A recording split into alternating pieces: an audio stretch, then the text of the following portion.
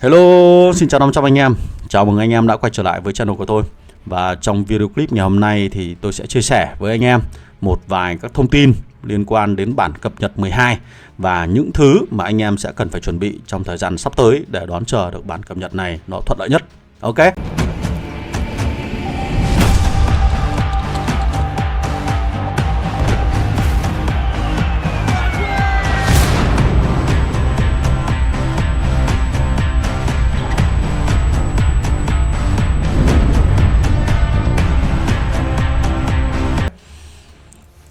Rồi, trước tiên thì chúng ta sẽ cùng xem lại cái phần roadmap mà nhà phát hành đã công bố ở đầu năm 2025. Và dựa vào bản roadmap này chúng ta sẽ có một vài cái dự đoán.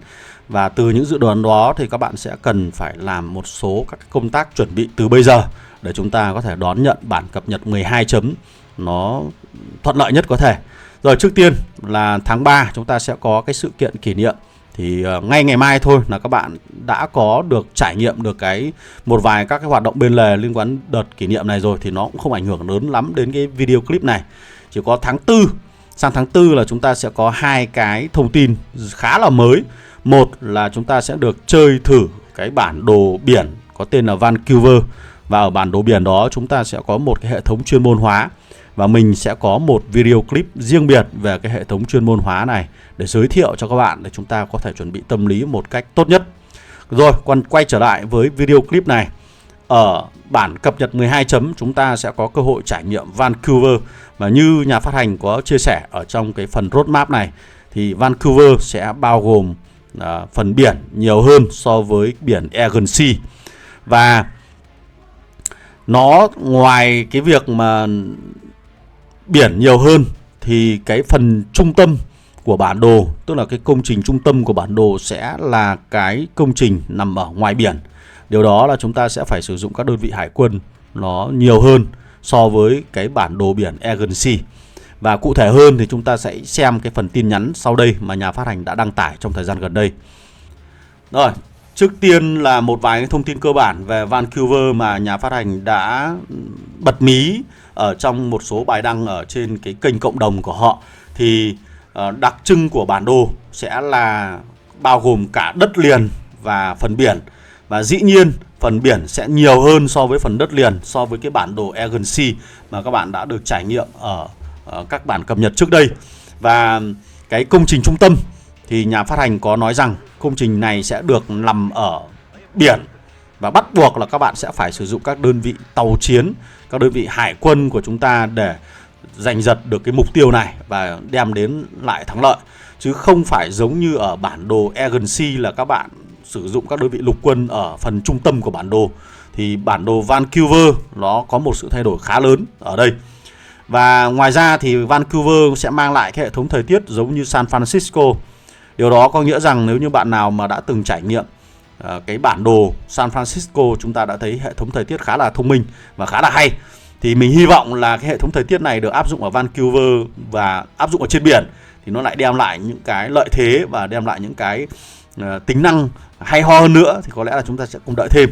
Nhưng mà hãy lưu ý là bản đồ Vancouver là bản đồ sẽ có phần biển nhiều hơn, và cái lợi ích của các công trình trên biển sẽ đem lại nhiều hơn cho cái bên nắm được phần thắng nha.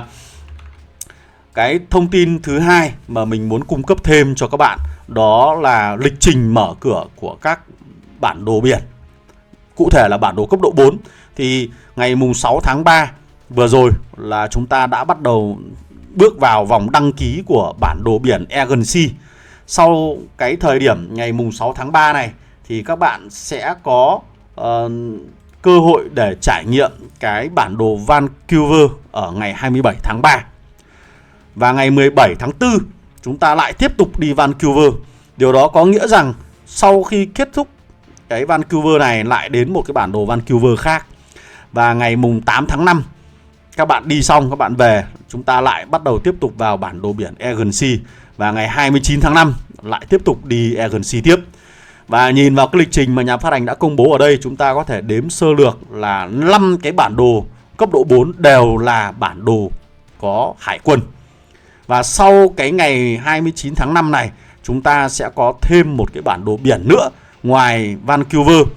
thì cái bản đồ biển này nó sẽ có sự kết hợp giữa hải quân, các đơn vị mặt đất và các đơn vị không quân có sự kết hợp, thì có lẽ là vai trò của 3 đơn vị binh chủng này sẽ phối hợp với nhau tốt hơn ở cái bản đồ trong tương lai này. Tuy nhiên, nhìn vào cái lịch trình phát triển này, nhìn vào lịch trình mở cửa của bản đồ cấp độ 4 này thì các bạn thấy là sắp tới là chúng ta sẽ chỉ có chơi bản đồ biển thôi. Có đúng không ạ? Nhìn vào thời gian này là không còn thời gian trống để các bạn chơi các bản đồ khác nữa đâu. Và cái thông tin thứ 3 mà mình muốn đem đến cho các bạn đó là một cái cúp, một cái cuộc chơi liên đoàn dựa trên cái chiến dịch bá quyền. Toàn bộ các luật chơi của chiến dịch bá quyền sẽ được đẩy lên cấp độ cao hơn là đấu cúp. Và cái đấu cúp này nó sẽ diễn ra 6 vòng và mỗi tuần sẽ có một lượt đấu. Và cái lượt đấu đó sẽ được luân chuyển, xoay chuyển giữa chiến dịch bá quyền của các đơn vị mặt đất cộng không quân và chiến dịch bá quyền dành riêng cho hải quân. Như vậy là chúng ta sẽ có sự xen kẽ giữa hai loại hình chiến dịch này. Đó. Rồi, với một vài cái thông tin như vậy thì các bạn đã biết được là mình cần phải chuẩn bị những gì rồi đúng không?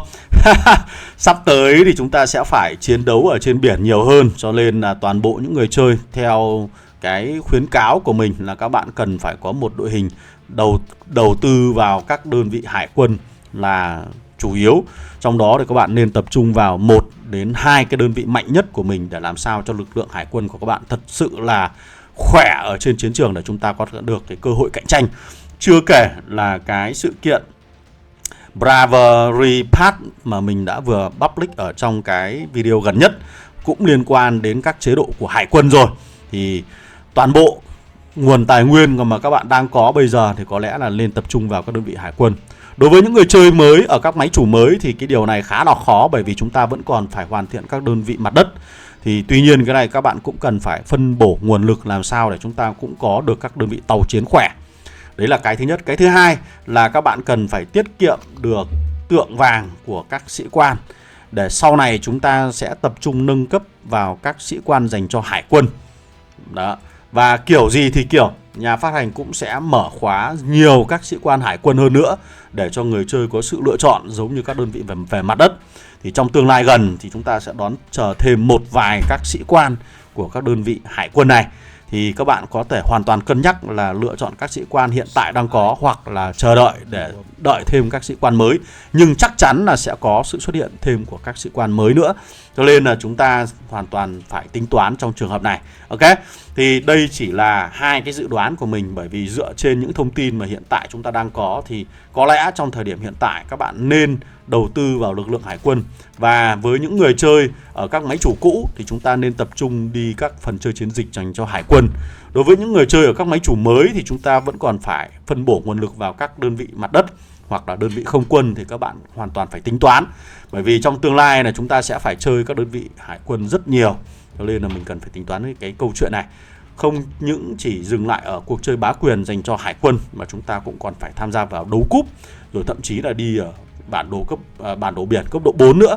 Đấy, toàn bộ là đều liên quan đến các đơn vị tàu chiến cả, cho nên là kiểu gì thì cũng sẽ phải đầu tư thôi. Cho nên là đầu tư ngay thời điểm này nó sẽ là một bài toán khôn ngoan hơn cả. Ok, rồi. Cuộc chơi của chúng ta sẽ còn rất dài và nội dung của trò chơi vẫn còn khá là phong phú, và mảnh đất này vẫn còn rất là màu mỡ, bởi vì chúng ta còn có rất nhiều các ý tưởng để phát triển trò chơi. Tuy nhiên là trong giai đoạn hiện tại và tương lai gần sắp tới, chúng ta sẽ phải buộc thích nghi với những sự thay đổi sắp tới bằng cách là các bạn nên tập trung những thứ mà mình đã đưa thông tin cho các bạn, và tự các bạn hãy đưa ra một cái lộ trình tích lũy làm sao cho hợp lý nhé. Rồi, video clip của mình xin phép được tạm dừng tại đây. Chúc các bạn có được nguồn lực tốt để đón chờ bản cập nhật 12 chấm. Bản cập nhật có lẽ là tập trung chủ yếu vào các đơn vị hải quân. Ok, rồi, goodbye, see you again, have a good time, bye bye.